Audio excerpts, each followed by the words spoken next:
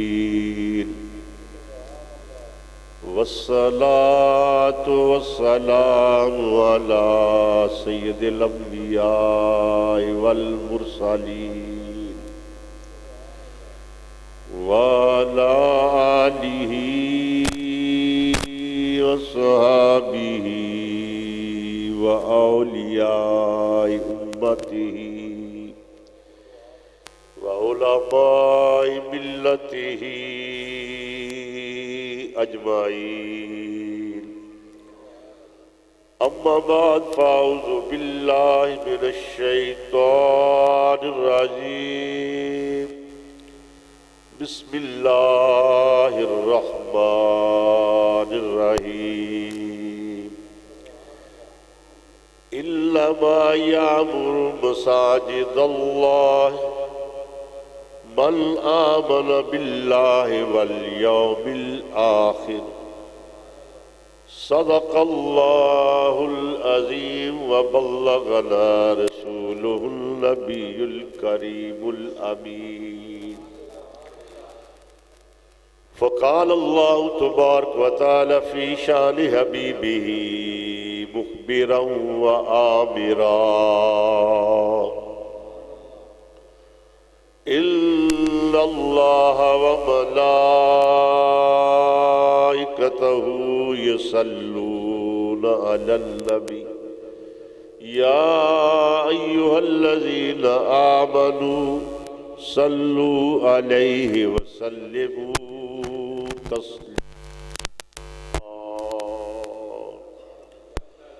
الصلاة والسلام عليك يا سيدي يا وعلى آلك وصحبك يا سيدي يا حبيب الله. الصلاة والسلام عليك يا سيدي يا رسول الله وعلى آلك وصحبك يا سيدي يا حبيب الله. الصلاة والسلام عليك يا سيدي يا خير خلق الله وعلى آلك وصحبك يا سيدي يا خير البرية. قلت حيلتي أغثني وأدركني یا سیدی یا نور اللہ. وسویلا لازار پھرتے ہیں تیرے دل اے بہار پھرتے ہیں. یا سیدی یا رسول اللہ جو تیرے در سے یار پھرتے ہیں در بدر یوں ہی خار پھرتے ہیں. اس گلی کا گدا ہوں میں جس میں مانگتے تاجدار پھرتے ہیں. کوئی کیوں پوچھے تیری بات رضا، کوئی کیوں پوچھے تیری بات رضا، تجھ سے کتے ہزار پھرتے ہیں. سب حمد و ثنا اللہ جل وعلا شانہ و تم برہانہ عظم شانہ کے لائق، جس ذات بابرکات نے اپنی بہترین مخلوق لقد خلقنا الانسان فی احسن تقویم ہمارا حصہ انسانوں کے اندر فرمایا. وہ چاہتا تو ہمیں بھی چریل پریز یا حیوان بنا دیتا. اس کی انتہائی مہربانی اور کرم ہے کہ اس نے ہمیں انسان بنایا اور پھر ہمارے سر پر لقد کرمنا بنی آدم کا تاج سجایا۔ پھر اس سے بڑھ کر کنتم خیر امت، کائنات میں سب سے بہتر امت وہ امت کہ جس کی شان اور عظمت کو دیکھ کر انبیاء و مرسلین نے بارگاہ رب العالمین میں دعائیں کی کہ اللہ یہ شان والی امت ہمیں عطا کر دے۔ تو خالق کائنات نے فرمایا تلک الامت احمد، یہ امت تو میرے آخر الزمان نبی احمد مجتبی محمد مصطفیٰ صلی اللہ علیہ وآلہ وسلم۔ تو پھر انبیاء علیہ السلام نے دعائیں کی کہ اللہ اگر یہ شان والی امت نہیں دیتا تو اللہ اس شان و عظمت والے نبی کی امت کے اندر ہمارا حصہ فرما دے جس کی امت ہے چوب شانش نگاہ موسیٰ کرد شدند امتش تولہ کر۔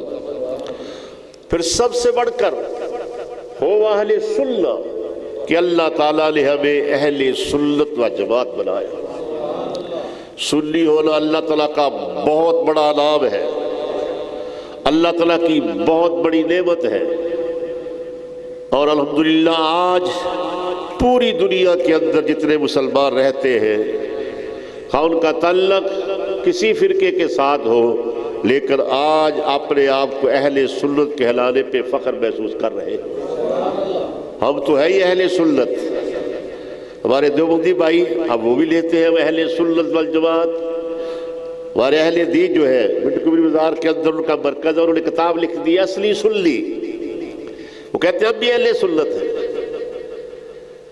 یہ شیعہ ہے 9ویں اور 10ویں محرم کی درمیانی رات 2 سال پہلے کی بات ہے کہ ٹی وی پہ میں گلفام ہاشمی میں تقریر کر رہا تھا، شیعوں کا بہت بڑا مولوی ہے، اس نے تقریر کرتے ہوئے کہا، اس نے کہا خواہ شیعہ مجھ پہ ناراض ہو جائے لیکن یہ میں حقیقت بیان کر کے رہوں گا کہ مولا کائنات علی المرتضیٰ شیر خدا ذل الغالب رضی اللہ تعالیٰ نے ناج البلاغہ کے اندر فرمایا ہے کہ اصلی شیعہ وہ ہے جو پہلے اہل سنت ہے۔ سعودی عرب والوں نے کتاب لکھ دی ہے شرح اصول اعتقاد اہل سنت، اب اس کی شرح چھوٹی تخلیص شائع کر کے حج عمرے والوں کو فری دے رہے ہیں، یعنی یہ ڈڈورا پیٹ رہے ہیں کہ ہم اہل سنت ہیں، ہم اہل سنت۔ کیوں؟ تفاسیر کے اندر ہے، تفسیر مدری کے اندر، تفسیر تمام تفسیروں کے اندر حضرت سیدنا عبداللہ ابن مسعود رضی اللہ تعالیٰ، پتہ یہ کون ہے؟ یہ صاحب نالین ہے۔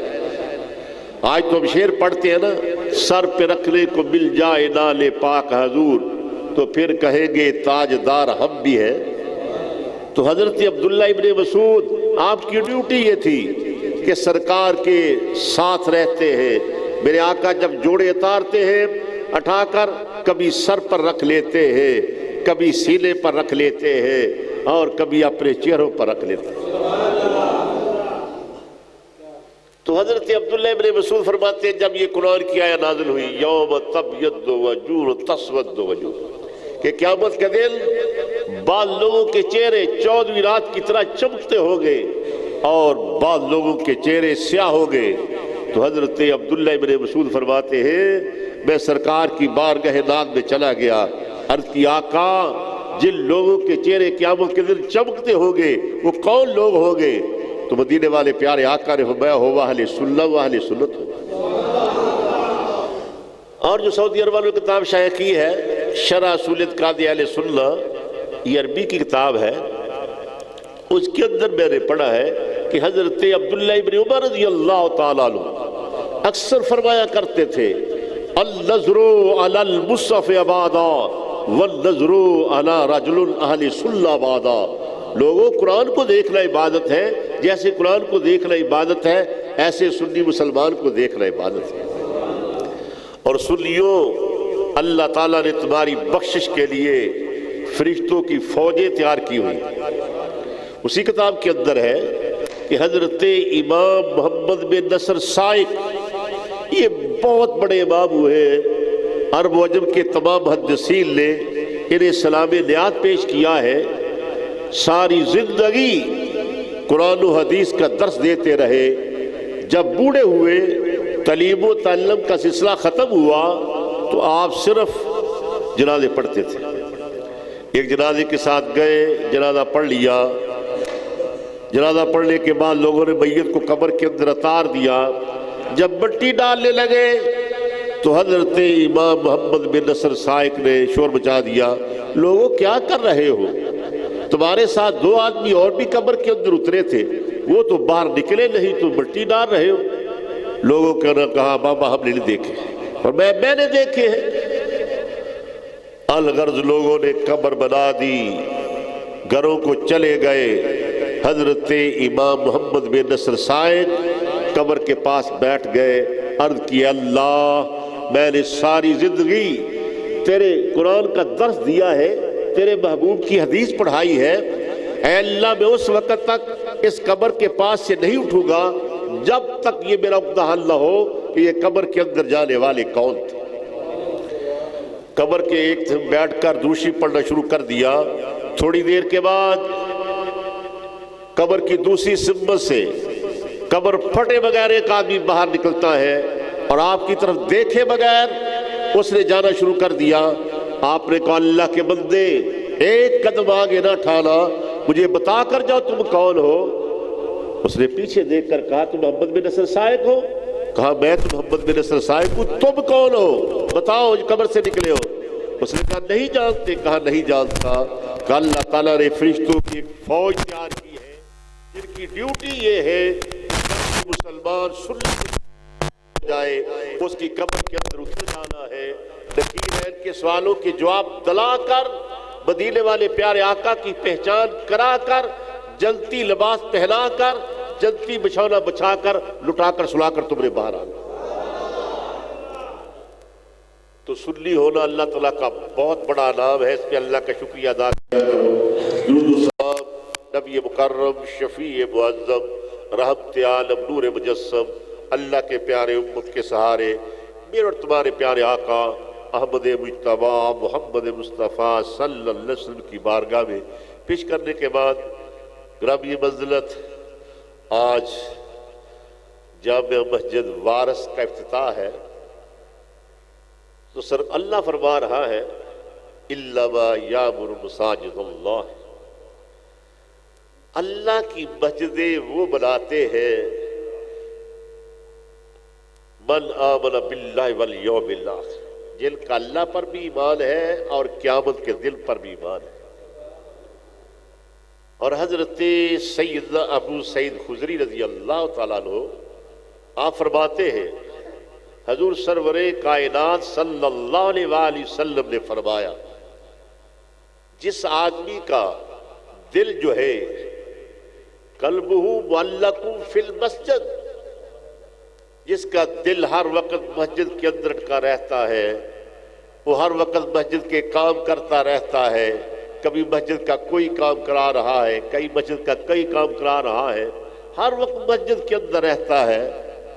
تو فرمایا اللہ تعالیٰ اس کا مقام جو ہے جنت کے اندر کر دیتا ہے، اس کا جنت کے اندر محل بنا دیتا ہے. اور میرے آقا نے فرمایا من بنا للہ مسجدا، اور جو آدمی اللہ کے لیے اللہ کا گھر بناتا ہے بن اللہ لہ بیتا فی الجنہ، جو کوئی آدمی اللہ کے لیے مسجد بناتا ہے، مسجد اللہ کا گھر بناتا ہے، تو اللہ تعالیٰ اس کا گھر جو ہے، اس کا محل جو ہے جنت کے اندر بنا دیتا ہے. چیز ختم کرو یار. اس کا گھر جو ہے اللہ تعالیٰ مسجد جنت کے اندر بنا دیتا ہے. یہ ضروری نہیں کہ وہ پوری مسجد بنائے، پوری مسجد بنائے. خواہ مسجد کے لیے ایک حدیث کے اندر ہے کہ اگر کوئی آدمی تتر کے گھونسلے کے برابر مسجد کے اندر کام کرتا ہے، اور تتر کا گھونسلہ بہت مختصر ہوتا ہے، اتنا کام بھی اگر کرتا ہے، ایک اینٹ دے دیتا ہے، اللہ تعالیٰ اس کو بھی جنت کے اندر محل عطا فرما دیتا ہے. میں نے پڑھا ہے حقائق الصالحین کے اندر کہ ہارون رشید جو ہے بہت بڑا بادشاہ تھا. بغداد معلیٰ کے اندر انہیں ایک مسجد بنائی، اور مصریوں کو کہہ دیا کہ کسی آدمی سے ایک پائی کا تعاون نہیں لینا، اس مسجد کے لیے سارا خرچہ جو ہے وہ میری گرہ سے جائے گا، کسی آدمی سے کوئی پیسہ نہ لیا جائے۔ مسجد بن رہی ہے، تعمیر ہو رہی ہے، اور مزدوروں کے اندر ایک مزدور سا عبدالستار بغدادی، وہ مزدوری کرتا تھا۔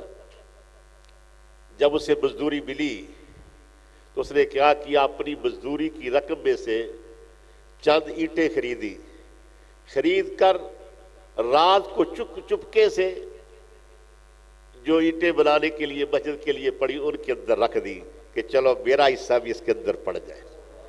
بادشاہ تو کسی کے حصہ ڈال نہیں دیتا، تو چلو میں ایسے ہی کرتا ہوں، چند اینٹیں خریدی جو مزدوری سے ملی، اس کی چند اینٹیں خرید کر رات کو چپکے سے جو مسجد کے لیے اینٹیں پڑی ان کے اندر رکھ دی۔ مسجد بن گئی۔ ہارون رشید نے خواب کے اندر کیا دیکھا کہ جنت کے اندر ٹہل رہا ہے اور آگے دو محل آ جاتے ہیں بہت بڑے عالی شان ایک طرح کے۔ ایک محل کے دروازے پہ لکھا ہوا ہے قصر ہارون رشید، اور ایک محل کے دروازے پہ لکھا ہوا ہے قصر عبدالستار بغدادی۔ ہارون رشید جو ہے عبدالستار بغدادی کے محل میں جب جانے لگا، آگے دربانوں نے روک لیا، حضور کدھر؟ کہا یہ میرے شہر کا مزدور ہے، یہ اس کا محل میں ان کا نہ یہ جنت ہے، تمہارا محل ساتھ ہے، ایسا ہی ہے، جیسا محل یہ ہے ایسے ہی محل آپ کا، اس پر اپنے محل میں جائیں۔ یہ باتیں ہو رہی تھی، اسے جاگ آ جاتی ہے۔ بڑا حیران ہوا کہ میں نے تو اتنی مسجد بنائی ہے عظیم، تو مجھے تو اللہ کا وعدہ ہے کہ جو اللہ کا گھر بناتا ہے اللہ تعالیٰ اس کا محل جنت کے اندر بنا دیتا ہے، مجھے تو اللہ نے محل دینا ہی تھا۔ اس عبدالستار بغدادی نے کون سا کام کیا ہے کہ اللہ نے اسے بھی میرے محل جیسا محل دے دیا؟ اب اس نے کہا بھائی وہ جو مزدور ہے عبدالستار بغدادی اس کو بلایا جائے۔ لوگ گئے، وزیر وشیر گئے، جا کر عبدالستار بغدادی کو لے آئے۔ جب لے آئے تو بادشاہ نے پوچھا کہ بھئی تو نے کون سی نیکی کی ہے کہ اللہ نے تیرا گھر جو ہے جنت کے اندر بنا دیا ہے؟ حضور میں نے تو کوئی نیکی نہیں کی۔ کہا میں نے تو مسجد بنائی، تو نے کیا کیا ہے؟ جب بادشاہ نے پوچھا، بادشاہ نے کہا حضور آپ نے اعلان کیا تھا کہ اس مسجد کے اندر کسی سے ایک پائی نہ لی جائے، تو میں مزدوری کرتا تھا، جب مجھے مزدوری ملی تو میں نے چند اینٹیں خریدی، ان کے ساتھ خرید کر رات کو چپکے سے جو آپ کا ملبہ پڑا ہوا تھا اینٹوں کا اس کے اندر میں نے ڈال دی تھی، تو اللہ تعالیٰ نے اسی کی برکت سے اس کو جنت کے اندر محل عطا فرما دیا۔ مکہ مکرمہ کی بات ہے کہ ایک شیخ نے بہت بڑی مسجد بنائی، اس نے بھی جو ٹھیکیداروں سے کہا کسی سے ایک پائی نہ لی جائے۔ کام شروع ہو گیا، مسجد بنی۔ اس نے خواب کے اندر کیا دیکھا کہ خواب کے اندر بھی کہنے والا کہہ رہا ہے شیخ سے کہ اللہ نے تجھے بھی بخش دیا ہے کہ تو نے مسجد بنائی ہے، اور تیری مسجد کے اندر جنہوں نے معاونت کی ہے اللہ نے اس کو بھی بخش دیا ہے۔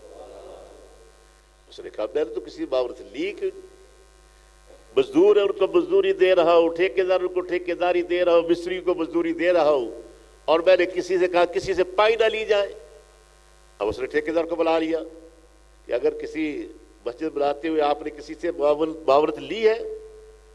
ٹھیکیدار نے کہا نہیں لی۔ پھر سوچو، کہا ہاں ہاں، ایک دن شام کو سیمنٹ ختم ہونے والا تھا، تو یہ مسجد کے ساتھ پڑوسی ہے وہ آیا، اس نے دیکھا کہ مسجد میں سیمنٹ ختم ہونے کی باتیں ہو رہی ہے، تو اس کے گھر کے اندر سیمنٹ کی ایک بوری پڑی تھی، اس نے لا کر ہمیں دے دی کہ چلو یہ میری بوری بھی ساتھ لگا دو۔ تو وہ بوری سیمنٹ کی جو ہے وہ تعاون اس نے کیا ہے۔ اب وہ شیخ اس آدمی کے پاس گیا جس نے وہ بوری جو ہے معاونت کے لیے دی تھی، اس نے کہا بھی اپنی بوری کے پیسے لے لو، تم نے بوری، اس نے کہا یہ نہیں ہو سکتا۔ کہا بوری کتنے کی؟ دوسرے وہ تو ساری 10-15 ریال کی تھی۔ کہا تو آپ مجھ سے 50 ریال لے لو، اس نے کہا یہ نہیں ہو سکتا، میں نہیں لوں گا۔ اس نے 100 ریال لے لو بھائی، کرنا اس نے کہا جی 1000 ریال لے لو. کہا نہیں ہو سکتا.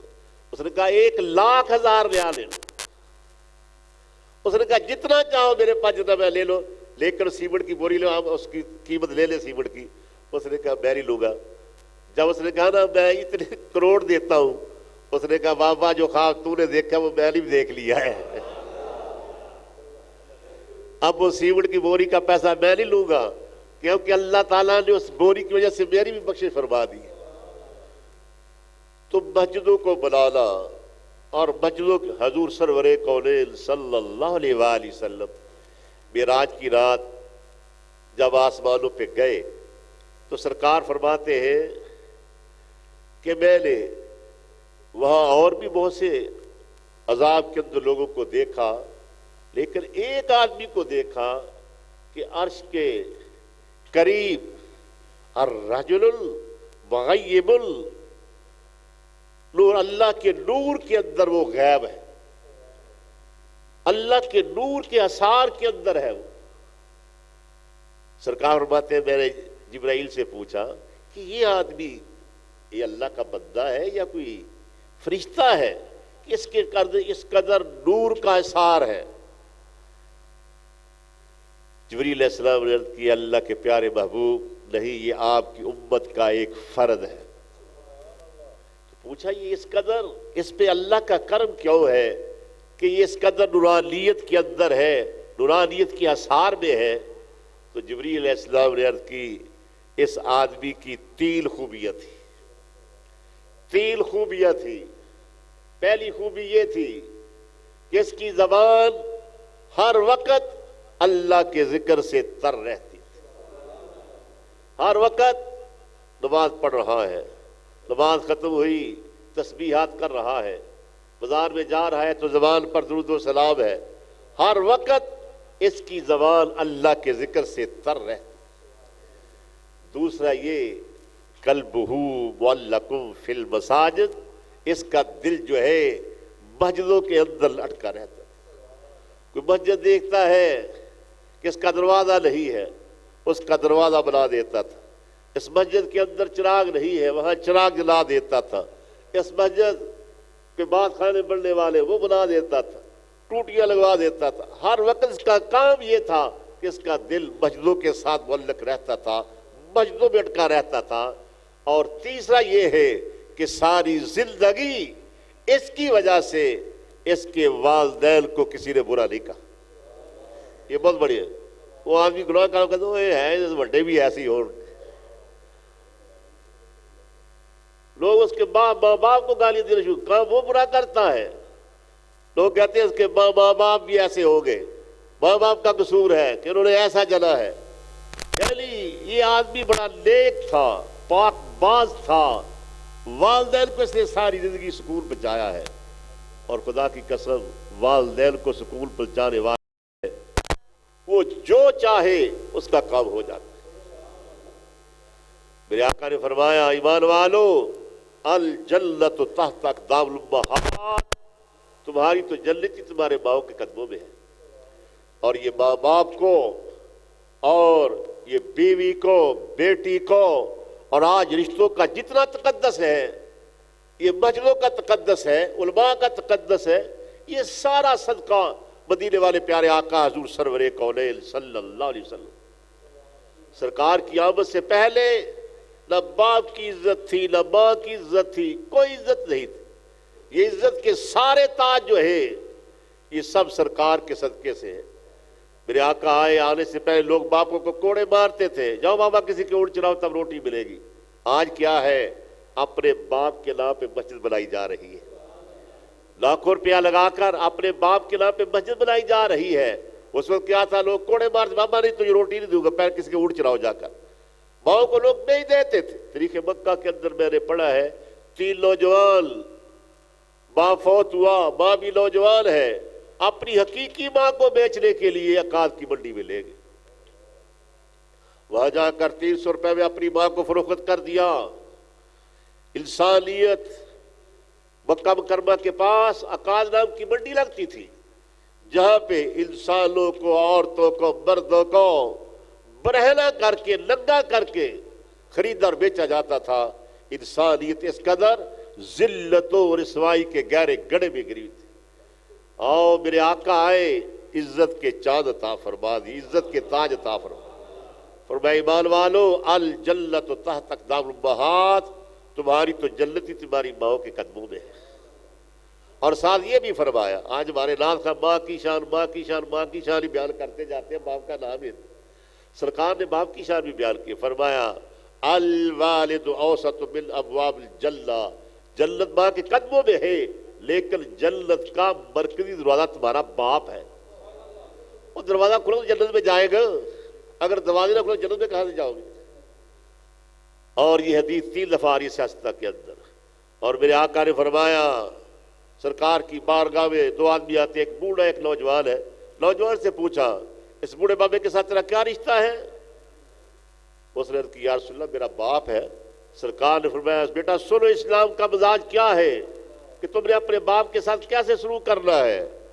فرمایا لا تمشین امامہ، بیٹا یہ بوڑھا بابا تو آہستہ سا چلتا ہے، تو تیز چل سکتا ہے، جب بازار کے اندر جائے نا تو یہ بوڑھا بابا آہستہ سا چلے گا، تو نے ساری زندگی اس کے پیچھے پیچھے چلنا ہے، اس کے آگے نہیں چلنا۔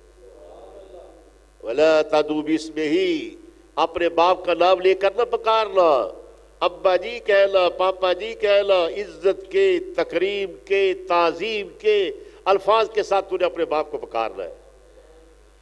فرمایا وَلَا تَسَبَّ لَهُ، اپنے باپ کو گالی نہ دینا، اپنے باپ کو گالی نہ دینا۔ صحابہ نے کیا، سن آپ کے آنے کے بعد کیوں اپنے باپ کو گالی دے گا؟ فرمایا ہاں، اگر تم نے کسی کو گالی دی، الٹا اس نے تمہارے باپ کو گالی دے دی، سمجھ لو کہ تم نے خود ہی اپنے باپ کو گالی دی ہے۔ باپ فوت ہو چکا ہے، ماں باپ فوت ہو چکے ہیں، تم کام بھی ایسے کرتے ہو کہ لوگ تمہیں دیکھ کر تمہارے ماں باپ کو گالی دے۔ جبریل عرض کی، یا رسول اللہ یہ آدمی 3 خوبی ہے اس کے اندر۔ ایک، اس کی زبان ہر وقت اللہ کے ذکر سے تر رہتی ہے۔ دوسرا، اس کا دل مسجدوں کے اندر معلق رہتا ہے۔ تیسرا، اس کی وجہ سے اس کے ماں باپ کو کسی نے برا نہیں کہا۔ اور خدا کی قسم، آج جو آدمی چاہتا ہے کہ میرا کاروبار عروج پہ پہنچ جائے، میرا نام دنیا کے اندر ہو، میرے کاروبار میں برکت ہو، آؤ میں تمہیں 2 وظیفے بتا دیتا ہوں، اگر کاروبار نہ چلے مجھے پکڑ لے۔ پہلی بات تو یہ ہے کہ جب صبح گھر سے نکلنے لگو، ماں باپ زندہ ہے، ماں کے قدموں پہ بوسہ دو، باپ کے ہاتھ پہ بوسہ دو، بس اتنا عرض کرو ابا جی اجازت ہے، امی جی اجازت ہے، میں کام پہ چلا ہوں۔ اگر ماں باپ کے لبوں پہ تبسم آ جاتا ہے تو کامیابی اور کامرانی کے دروازے تمہارے لیے کھل جائیں۔ اگر ماں باپ زندہ نہیں ہے، ماں باپ کی قبروں پہ حاضری دو، آؤ مسجد کے اندر جھاڑو پھیرو، مسجد کی ٹوٹیاں صاف کرو، مسجد کے سنجے صاف کرو۔ ان کی صفائی کرنے سے دل کی صفائی بھی ہوتی ہے، اللہ تعالیٰ برکتیں بھی عطا فرما دیتا۔ میں کوئی اتنا پڑھا بڑھا نہیں، میرے پاس میرے اتنے شاگرد ہیں جتنے میری عزت کرتے ہیں، وہ کس چیز کی برکت ہے کہ میں نے جامعہ رضویہ کی لیٹرینیں صاف کی۔ جب جامعہ رضویہ میں آیا تھا، حالانکہ میں بزم کا صدر تھا، آیا 30 دن میں صدر بن گیا تھا، اور ایک ماہ نامہ بھی نکالتا تھا ہر ماہ، فیضان بحد سے آدم تب کسی بھی نکالا ہوگا، ہر ماہ نکالتا تھا، 1400 روپئے فری دے دیتا تھا۔ لیکن اس کے ساتھ ساتھ جامعہ رضویہ کی لیٹرینیں بند ہو جاتی، طلباء آپس میں مذاق کرتے، وہ گجرالے سے چوڑا آیا ہوا ہے اسے کہہ دو، وہ مجھے کہتی لیٹرین بند ہے، تو میں اسی وقت تہمت باندھتا اور جا کر مسجد کی لیٹرین لے اور وہاں جامعہ رضویہ کی لیٹرین صاف کر دیتا تھا، اس کے بعد غسل کر لیتا تھا۔ اگر آپ نے بھی اپنے نام کو دنیا کے اندر مشہور کرنا ہے اور اپنے کاروبار کو دنیا کے اندر پھیلانا ہے تو پھر مسجد کی نوکری کرو، مسجد کی نوکری کرو اور ماں باپ کو خوش کرو، ماں باپ کو خوش کرو۔ آج لوگوں کے کاروبار میں تھوڑا ڈراپ آتا ہے، تھوڑا سا ڈراپ آتا ہے، دوڑتے ہیں کہ فلاں پیر سے تویز لے کر آتے ہیں۔ میں کہتا ہوں جس کے ماں باپ زندہ ہیں اسے کہیں تویز لینے کی ضرورت نہیں ہے، بس میرے آقا فرماتے ہیں جو آدمی چاہتا ہے اس کی عمر لمبی ہو اس کے مال میں برکت ہو تو اپنی کمائی میں سے اپنے ماں باپ پہ خرچ کرے، مسجدوں پہ خرچ کرے۔ حضور سیدی داتا گنج بخش علی اجمیری فرماتے ہیں جو آدمی چاہتا ہے کہ اس کا نام پوری دنیا کے اندر ہو، اس کا کاروبار پوری دنیا کے اندر ہو، فرمایا اپنی کمائی میں سے اپنے ماں باپ پہ خرچ کرو۔ وہ بیوی کے لیے 10 سوٹ لاتے ہو طرح طرح کے قیمتی، اور بیوی اور بچوں کے لیے طرح طرح کی مٹھائیاں، طرح طرح کے فروٹ لاتے ہو، جب بیوی اور بچوں کے لیے لانے لگو تو ماں باپ کے لیے بھی ایک اچھا سا سوٹ لے کر آؤ، اور ماں باپ کے لیے بھی ایک سوٹ لا۔ جب بیوی اور بچوں کے لیے طرح طرح کی مٹھائیاں فروٹ لاتے ہو، وہ ماں باپ کے لیے بھی پائیا پائیا لے آؤ، ماں باپ کو خوش کرو۔ ماں باپ جب خوش ہوں گے پھر کامیابی اور کامرانی تمہارے قدم چومے گی، ناکامی کی باد خزاں تمہارے کروڑوں میل دور سے کبھی بھول کر بھی نہیں گزرے گی۔ آؤ، جو آدمی چاہتا ہے نہیں، کہ میں نے خود دیکھا ہے، میں ناسی ہوتا تھا تو وہاں کا نمبردار جو ہے وہ سحری کے وقت آتا تھا، پوری مسجد میں جھاڑو دیتا اور صفائی کرتا۔ میں نے کہا کیا بات ہے نمبر صاحب، آپ شروع سے آ جاتے؟ کہتا جی میرا ایک مقدمہ تھا، تو میں اپنے پیر صاحب کے پاس گیا کہ مقدمہ نہیں حل ہو رہا، تو پیر صاحب نے کہا کہ مسجد کی صفائی کیا کرو۔ تو جب میں نے مسجد کی صفائی کرنی شروع کی تو مقدمے کے اندر بھی کامیاب ہو گیا ہوں۔ اب میں نے یہ عادت ہی بنا لی ہے کہ مسجد کی صفائی کرو، صفائی کرتا ہوں، ہر کام کے اندر مجھے اللہ تعالیٰ برکت دیتا ہے، ہر کام کے اندر مجھے برکت دیتا ہے کہ میں مسجد کی صفائی کرتا ہوں۔ وہ اپنے گھر کا کام گھر بھی کر لیتا ہے، مسجد کو گھر سے خوبصورت بناؤ۔ یہ پہلے سا کہ مسجد سادہ ہو، حضور سرور کونین صلی اللہ علیہ وسلم نے مسجد نبوی بنائی، مسجد کی چھت چھپر کی تھی، چھپر کی۔ حضور سیدنا فاروق اعظم نے تھوڑا سا وسیع کیا، لیکن کہا بھی اس کے اندر رنگ نہ کرنا، اس کو زینت نہ دینا۔ حضرت سیدنا عثمان غنی کا موقع آیا، آپ نے پکی مسجد بنائی، چھت ساگوان کی لکڑی کی لگائی، قیمتی لکڑی منگائی، قیمتی پتھر منگائے۔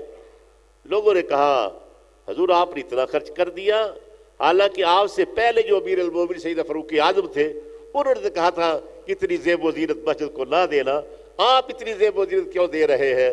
فرمایا جب پیارے عمر کا زمانہ تھا، جب میرے آقا کا زمانہ تھا، ان کے گھر بھی اسی طرح کے تھے اور ان کی مسجدیں بھی ایسی تھی۔